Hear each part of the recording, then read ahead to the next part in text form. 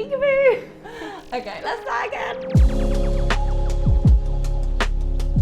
Welcome back to the channel. Today I'm going to talk you through the luxurious kitchen at our Kingsbury House project.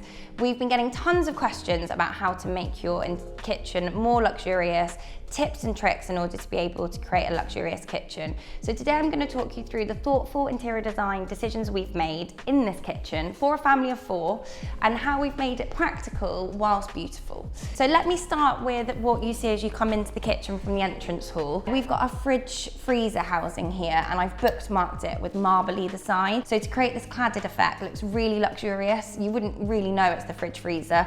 It's just got beautiful detail, but it's not solid stone. This isn't a solid slab. It's actually thin cuts of the marble mited together to make it look like a block, but it's actually just thin stone cladded on top of the wood. So it's a very clever way to be able to make an impactful, luxurious finish on what actually is a wooden housing inside. And then you've got your fridge freezer, which is a very heavy fridge freezer to open. We've got the Gaggenau and the Siemens. So the nice thing about doing integrated, the client can choose which fridge freezer they want. You're not having to have a particular match system because it's all hidden behind, which allowed them to have all the features they wanted, because not always do you get the features you want within an off-the-shelf fridge freezer. They are then housed with these lovely wooden doors. We've actually done oak fronts to our kitchen here, but the client didn't want to feel the wood grain. So what we've done is we've sanded it, so it's super smooth, but look, you can still see the wood grain. So the detail to that is lovely because it feels organic, it feels nice to touch, and it's just lovely and light for this kitchen. But I have given it a bronze detail on the handleless system here and a bronze inlay on all of the kickboards. So what you see is your eyes going to this handleless bronze, the kickboard bronze, soften with the oak, and then you've got then this marble cladding. So all of those features you're seeing in your eye line when you're looking at the space, and it makes it feel very homely and inviting. And then nothing more luxurious than our Onyx Splashback. So Onyx is a very particular product. It's incredibly luxurious and it is a crystallized product. And as you can see here, you can see the crystallization as it's backlit. But by having backlit stone, you can do this with glass. You can do it with Corian actually. You can light Corian now. You can do it with marble. You can do it with then the Onyx. The Onyx is just particularly beautiful because you get the richness of the veining coming through. And we've done this with an Applet lighting sheet. And interestingly enough, when I switch it off, it's still beautiful. So you don't need to have it on. It's just a lovely detail to have it on. And then here we've got an antique bronze cooker tap. Now the cooker taps are fantastic because they create hot water instantly. So I don't have to worry about kettles in the kitchen. But I did want the antique bronze because it complements the Onyx really well. I wanted organic finishes. I didn't want the shiny tones. But again, the bronze is luxurious. So you keep asking me, what are these luxurious tips? This is one of them. An antique bronze cooker tap is pretty special. Then we've got our lovely marble worktop, which complements the book-ended fridge freezer cladding that we've put in. And then above here, if we had left this completely bare, it would have felt less dressed and cold. If I had done these solid, it would have felt overwhelming and it would have brought the heights down. So what I have done is glass units that are lit with a gilded detail around the doors. So again, the gilded details gives you the glamour. It's not too shiny. It's a really lovely champagne-y bronze, complements all the different finishes, especially complements that little detail I showed you on the kickboards and around the fridge freezer. So all these finishes you're starting to see are really thoughtfully put together to create what is really impactful, luxurious design. Then coming through, you've got very clever systems here. You've got your 2 dishwashers, which are really important. You've got your bins under here and your storage. So next, what I'm going to show you is this beautiful little end to the kitchen. Now this corner was designed so you could have a coffee station, breakfast bar area. They've got their microwave here, so it's quite clever being able to centralize it in the shelving. And then again, we've got our backlit Onyx. So what we're doing here is making it even more luxurious by having the extra Onyx. Now normally with these things you buy them in slab materials, so to be able to use the offcuts from the main piece to here is just a clever little design detail, but it makes it extra luxurious having the backlit stone. It's also a really good area to dress. So for example, you've got all of your alcohol at the top here, but you've also got your recipe books either side. So just clever little nuggets of luxury mixed with practicality. So we've got I don't know if you can see this here, Ted, but behind here, hidden away, is a lovely fluted detail, and then it's created a shelf for the recipe book. So if I had done that completely open, your recipe books would have been lost and would have fallen over. But just to have this fluted detail for then your recipe books to sit on has just made it practical. And then in front of it, you can have your tea coffee area. And then the island is really special in this kitchen. This is special because it's not only the space that you seat to be able to have your breakfast in the morning, or while somebody's cooking, your partner can be chatting to you, or the kids can be up at the counter. It's also just a beautiful piece. So what we've done is we've done it as an L shape. You've got your main island, which is practical with your hob. You've got your storage underneath on both sides, which is quite clever. But then you've got a cantilevered piece on top of the stone, so you can see how this is doubled up. Now, this design detail is quite clever because it's softened hugely here with this detail. And then that curved edge is exaggerated as you come down to then this end here.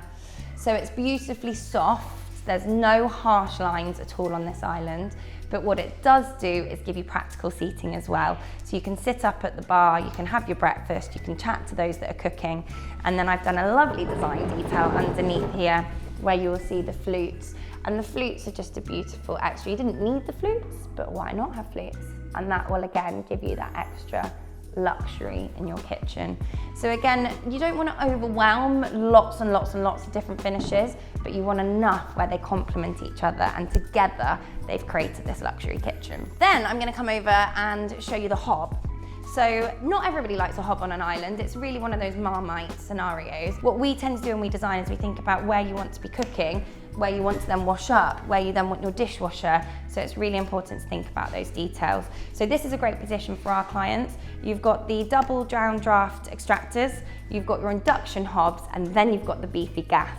So why not have it all in a luxurious kitchen? Now, if I switch this on, I think, Ted, you're asking me what the hell is a downdraft extractor? These will then open. So when you're cooking, it pulls all of the cooking smells, all of that steam, all away, straight down. Does that mean you can do away with having the extractor above? Absolutely. So you don't have to have one of those massive cooker hoods above. So quite traditionally, you'd have had your hob over here, and then you'd have had the extractor above, and that would have then taken all those cooking smells, steam. Whereas now you can have it downdrafted and it can take it down through the ground. So you don't have that. I say monstrosity above though, because actually I do sometimes make it a feature, and it can be an amazing feature. I've done a bronzed extractor fan before and it was epic. But on this occasion, I wanted a sleek design. I didn't want anything heavy. And the clients also loved the idea of it as well. So they were excited to have it too. So again, we wanted an organic feel for the kitchen. We wanted it to be homely, inviting, stylized. So how to think of all of those things in one go is quite hard. So we tried lots of different products in our visuals, and these stood out the best because they're soft, they're not harsh, they create a lovely soft glow. And then again, the layering that I keep talking about is really important. So here I've got the 4 layered. Normally I do 3 or 5, so interesting why I decided to do 4, but I did. And I tried it in the visual until I got the right balance, and these were perfect. I did have these flex cords changed because I was being really fussy and didn't like the white shiny cord, but all of those little design details all work together really, really well. Oh my gosh, the one thing I have forgotten to show you is the Waterfall island, which is utterly beautiful. Ted, you're about to ask me what the hell is... I knew you were going to ask me that. Okay, so a waterfall island is where you've got your marble worktop on your island, and it then waterfalls down to the floor. It's mitered here and polished, so it's really smooth, so it feels like it's one solid piece. Very clever bit of workmanship, but it is a lovely detail when you're walking into the side of a kitchen, especially when I've then also got the stone here as well, so it complements really, really well. I've forgotten loads of things in this kitchen. Another luxurious tip.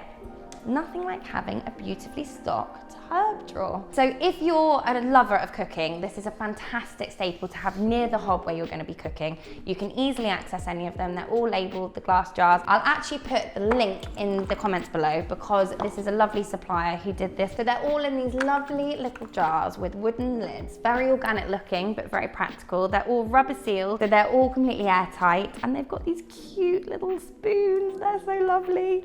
So I will put the link in the comments below so you can contact the supplier if you're interested, because they are just fabulous. And my lovely team had every single herb name printed and put on. They actually used a ruler to make sure it was perfectly to the millimetre straight, but isn't that lovely? And then it just tucks away. And do you know what also is a really lovely feature is we've put these it's a borer hob. It's not a Gagano hob. Okay, these lovely little borer sockets. So these sockets mean that you can plug in any of those appliances you want to use on top of your kitchen island, whether it be the KitchenAid, whether it be your whisk. I need a new whisk, mine's terrible. But anyway, you can plug it all in and you can then use your appliances on the countertop here. So it's really thought through how you'll use this kitchen. And one other little tip for your kitchen is actually this clever little detail where I've put a little hook inside the cupboard underneath the kitchen sink.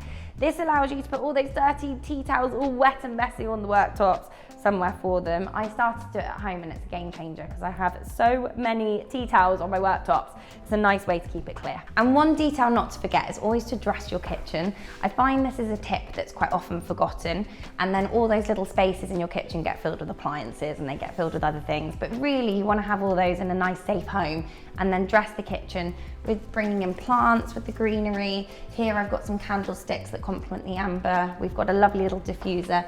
This is made by a lovely lady online that we found who creates these lovely little ornaments that you can use as little diffusers or vases. These lovely Nakuku votives, and these are lovely because you can have a little glow from the candles. So it is important to think about dressing. I think it's often forgotten about in a kitchen, but I do think it makes a big difference.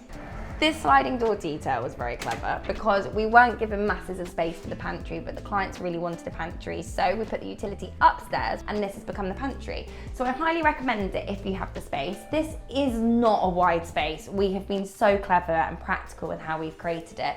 So all it is open shelving, but dressed with these lovely glass jars so it looks really neat and tidy, all your cooking ingredients in one place. What is lovely is that we've used these gold labels. So again, you asked about luxury. Hopefully this shows a little bit of a luxurious tip to use the glass jars with the gold labels in order to be able to showcase what's in the jars themselves. We've also used Corian in this space, so it's super impactful. It's got lovely veining to it, but it's more practical, so this is heat resistant. And again, going back to the dressing, we've put in these lovely wooden shelves so that we can dress it again, make it feel homely, so everything's inviting and well thought through. I hope you found these tips useful today, and if you've got any queries, comments, any suggestions on the other content you want to see, please do comment below. I'm happy to answer any questions. Stay tuned, subscribe. There is lots more content from this project coming very soon.